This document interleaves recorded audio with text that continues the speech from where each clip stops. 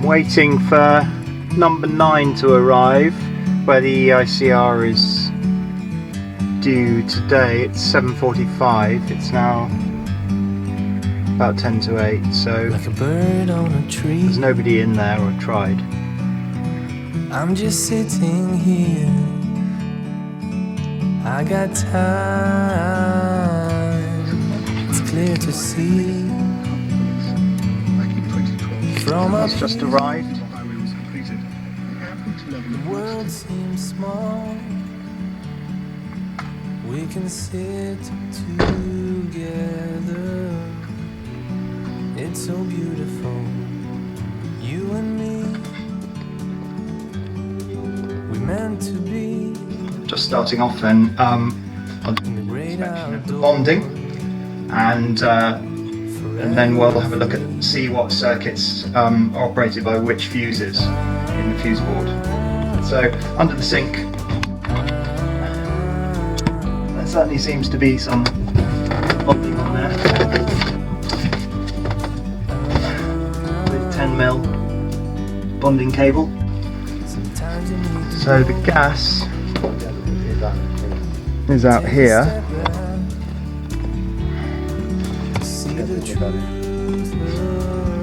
Right, we need to get inside that and have a look at the bonding. Okay, there's no bonding on the gas, as far as we can see it here. And just checking behind the cooker here, the gas has no bonding here either. So water is bonded by the look of it, gas isn't. But we'll do an R2 test on that.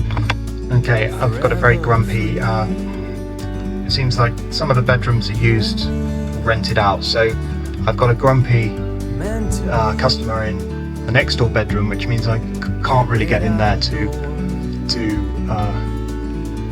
the ring circuit. There's another fuse board upstairs. I'm still in two minds as to whether I'm going to carry on with this job or just put limitations on everything, because it is quite a lot of work to do 2 fuse boards. I've got 7 circuits here and 4 upstairs on a different board, so and not being able to access all the rooms. I suppose I don't know what to do really.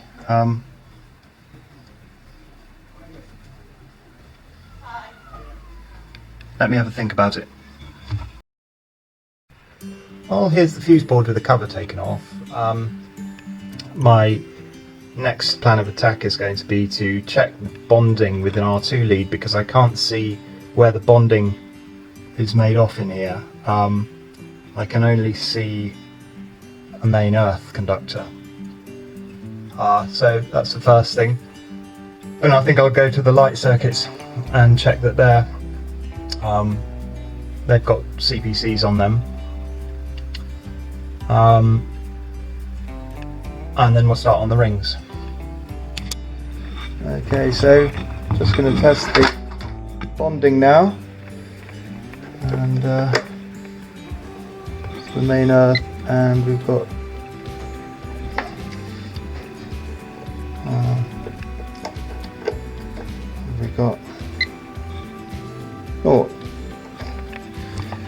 so the bonding's fine. I'll try the downstairs CPC now for the lighting. That's zeroed. And we've got 0.07, which is amazing really. 0.06.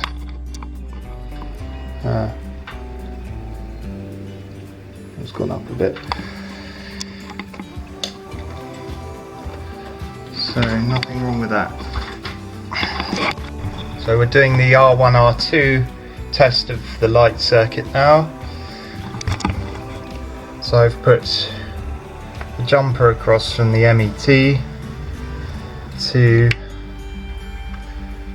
the line of the light circuit. Actually, when I went to end of line, I went to the last bedroom, I found that that ceiling rose, although it's class 2 so it doesn't matter, doesn't have a CPC. So I'm doing the CPC from the hallway here. 1 plus R2 of the first light circuit is 4.71 ohms minus the test leads, so yeah, about 4.5 ohms, which is fine. Bit high, but fine. Circuit number 5 here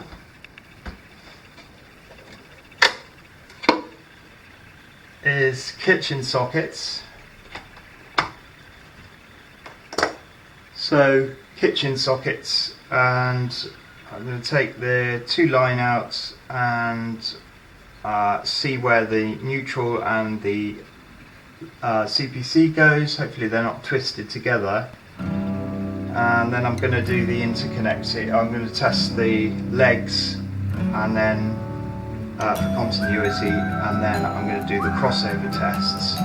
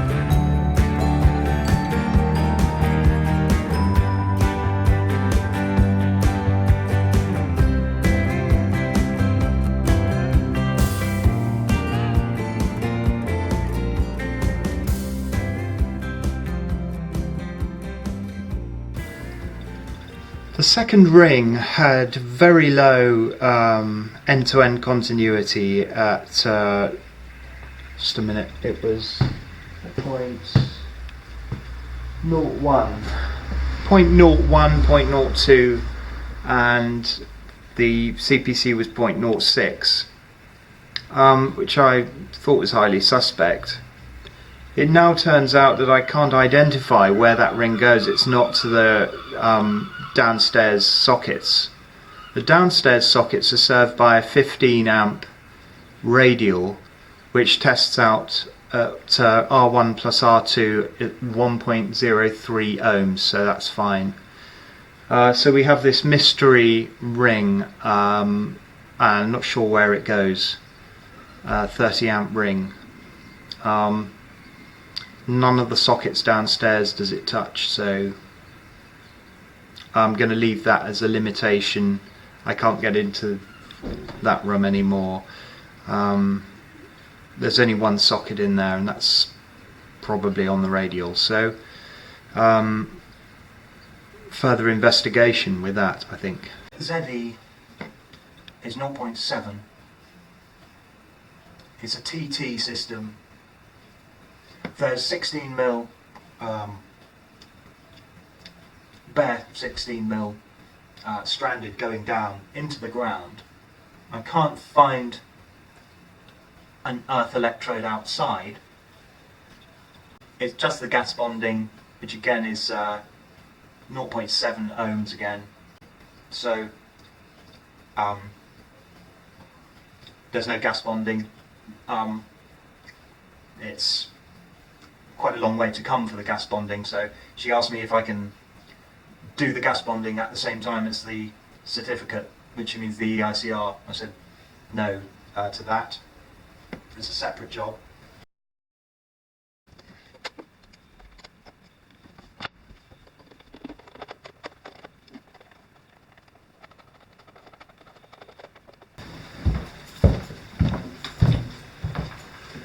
Right, back for the second board.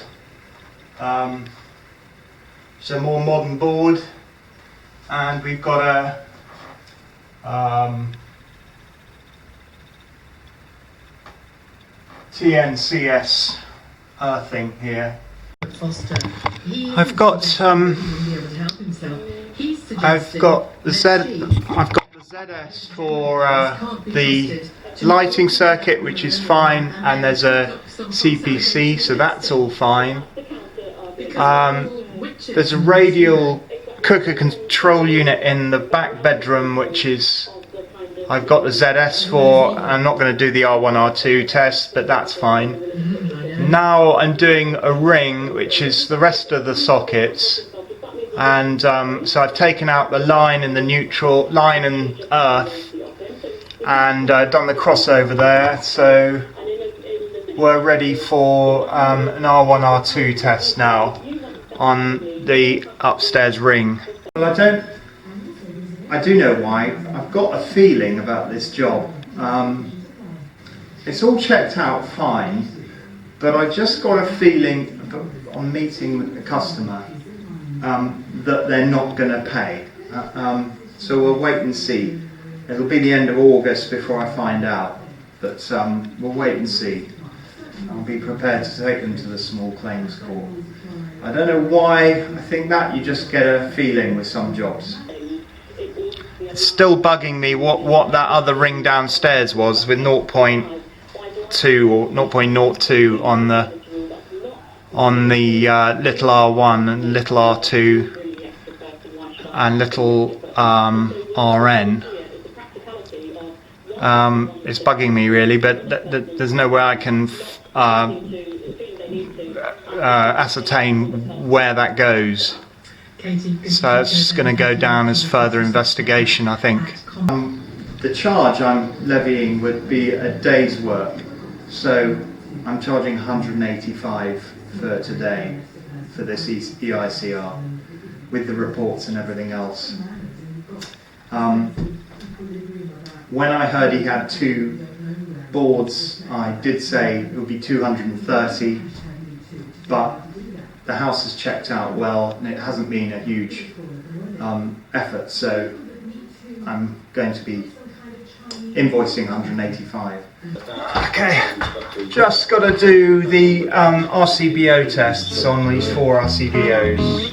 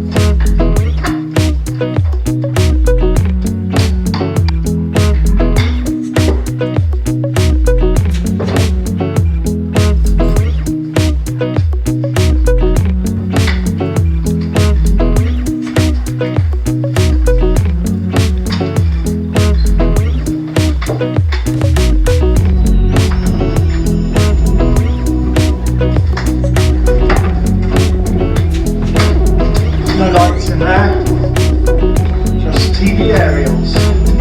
Yeah, it is upstairs.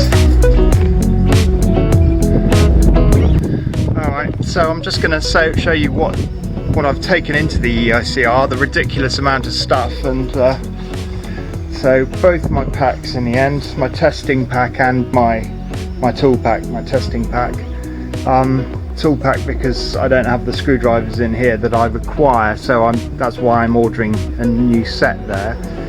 Both testers, that tester and the tester in there, because one tester the battery went down, so I ended up using both.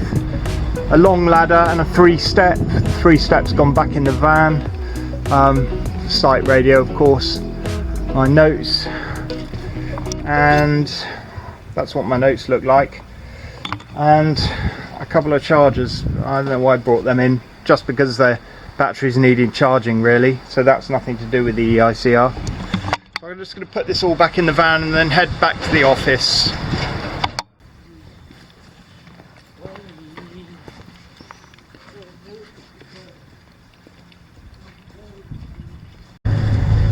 Well, he's going to Morocco. He's from Morocco, came here in the 1970. He's going to Morocco in a couple of weeks, for 4 or 5 weeks, lucky him. And my bill will be due at end of August, so he said he should be back by the end of August, but it sounds a bit squiffy, shall we say. So like I say, we just have to wait and see. I can now, it's 2:30 now, I will get to the office and have a drink, which I'm dying for. I'm dying for a drink. Get a lemonade or something, and then head over to the property, the commercial building where there's this roof vent that needs checking and isolating. Just feels so nice to get back in the van after that EICR. You really have to start them early in the morning because it's just such a faced with all those rings and what have you, just think that wasn't too bad, that one. The only thing was that we've got an unidentified circuit, a couple of unidentified circuits on there, and so they'll go down as further investigation. And I've put a 5-year retest on it. Well, I've done the roof vent. The roof vent just needed isolating, well, checking that it was safe isolated and disconnected. I disconnected it. They're going to move it. It's a big fan unit on top of a flat roof that's been replaced. And it's got to go back up there. So I don't know what sort of state it's in, but anyway, I've taken that down. I left you with the idea that I was going to put further investigation down for the EICR where I couldn't get access. I'm really unhappy about that. So I phoned up the client, and the other thing is I only had one insulation resistance for the same reason I couldn't unplug everything. So I've phoned the client's girlfriend Janet, and despite everything, I'm going to go back there on Monday at 9 o'clock. I'm dismantle a couple more of the circuits again. And take insulation resistance readings, because I don't think I've got enough insulation resistance readings, and that is the way that we tell from EICR to EICR how the insulation is degenerating, and basically how the whole installation is coping with its age. So I just want a couple of categorical insulation resistance readings extra for the documents, and then I'll be happy. And at the same time, I think I might have another little hunt round for that weird that ring circuit that's got 0.01 little r1 and little rn, which I can't possibly fathom. So I don't know if that's going to go on this video. It might be interesting to have some insulation resistance testing, or I might put it on a separate video. If it's on a separate video, thanks for watching. Subscribe to the channel, and I'll catch you next time.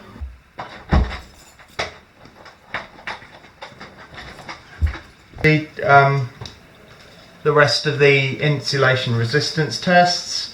I didn't film it because it would take too long, so we've got nothing under 7.63 mega ohms, and then the rest sort of 700 mega ohm, 194 upstairs lights. So that's all right. All right. Okay. Right, I'm going to see what the hole is. Find out everything that went to all this out of the way. See you later. Yeah, and I also found a bare wire coming through the wall just above the front door. It's connected to the lighting circuit, and it's obviously a disconnected doorbell or something. Unfortunately, it is live and it's just taped off, so unfortunately it's got a C1 now. which I hadn't noticed before. I feel a bit bad about, but C1's a C1, so